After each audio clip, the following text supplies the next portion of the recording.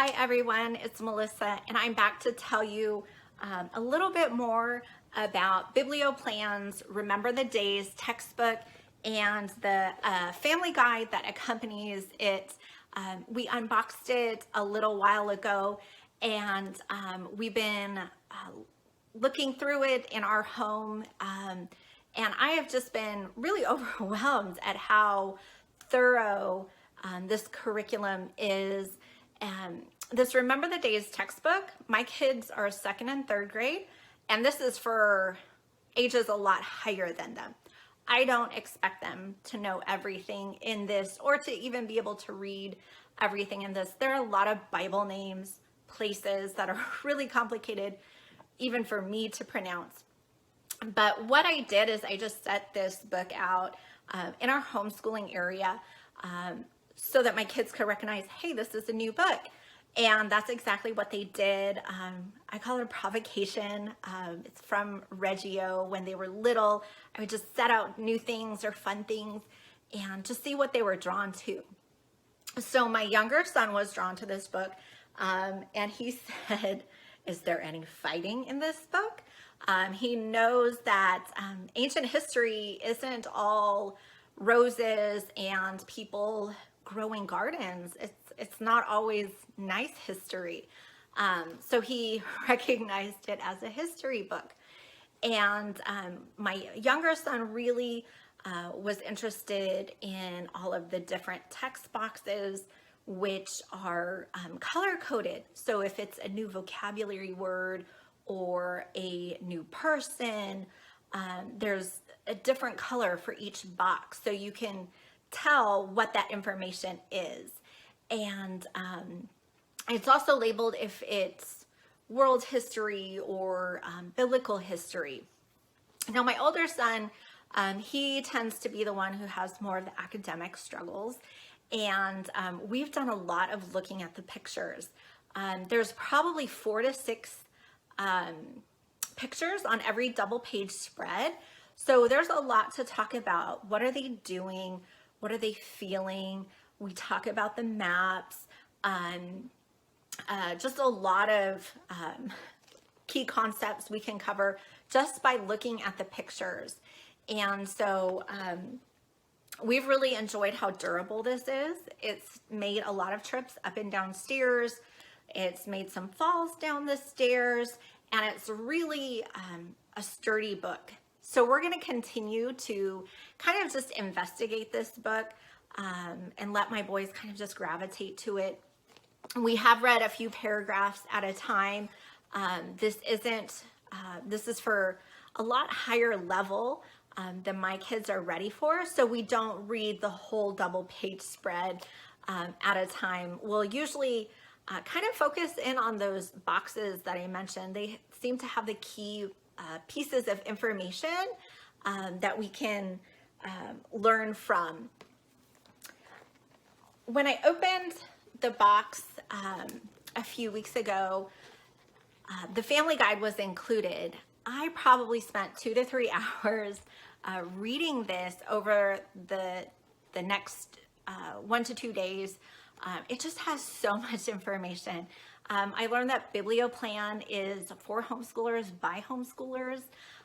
It is a classical approach, but it's also a Charlotte Mason-based approach where there's a lot of literature that you can incorporate. And this family guide has a lot of the recommendations. I don't think you would have to open up the internet or Google or join a Facebook group to get additional information about literature or ideas on how to adapt the Remember the Days textbook or how to build on it. They have it all right here. You see, this is almost as thick as the textbook because it is just jam-packed with information. I really did learn so much about the classical education model. This is like a great investment if you're planning to continue for many years because, you know, I mentioned that this is a cycle. So you can do this 1 year and then like 4 years from now, use this same family guide because it's really got all of the adaptations and how to modify it for different levels. So for BiblioPlan, you only need to use, you only do 3 lessons per week. That gives you time for therapy. It gives you time for doctor's appointments, sick days, co-op, field trips.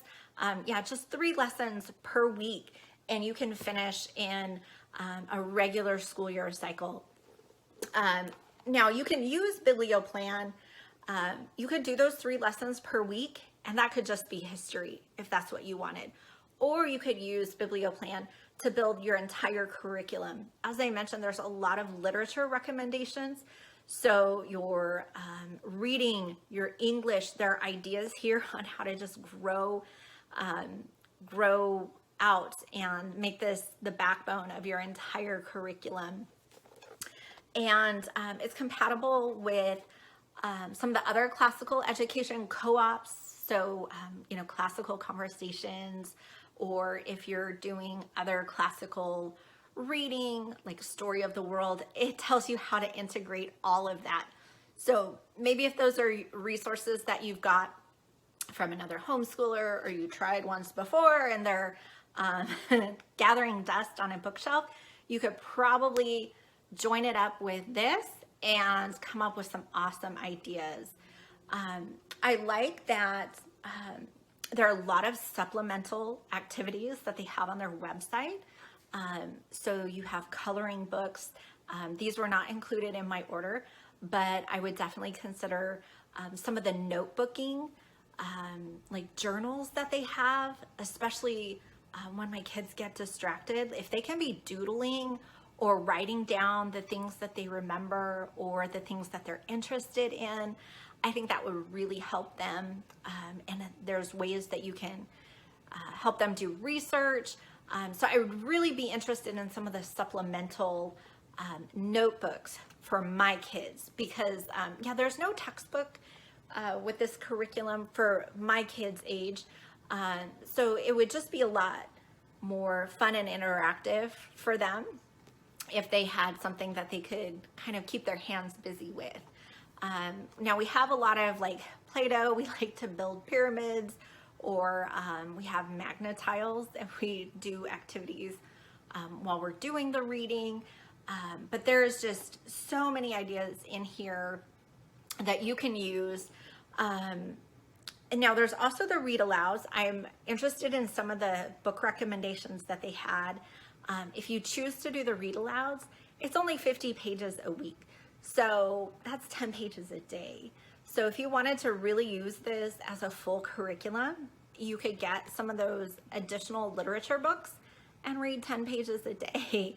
And that's awesome. So my son, who also, you know, just prefers to kind of look at the pictures, he does great with auditory learning.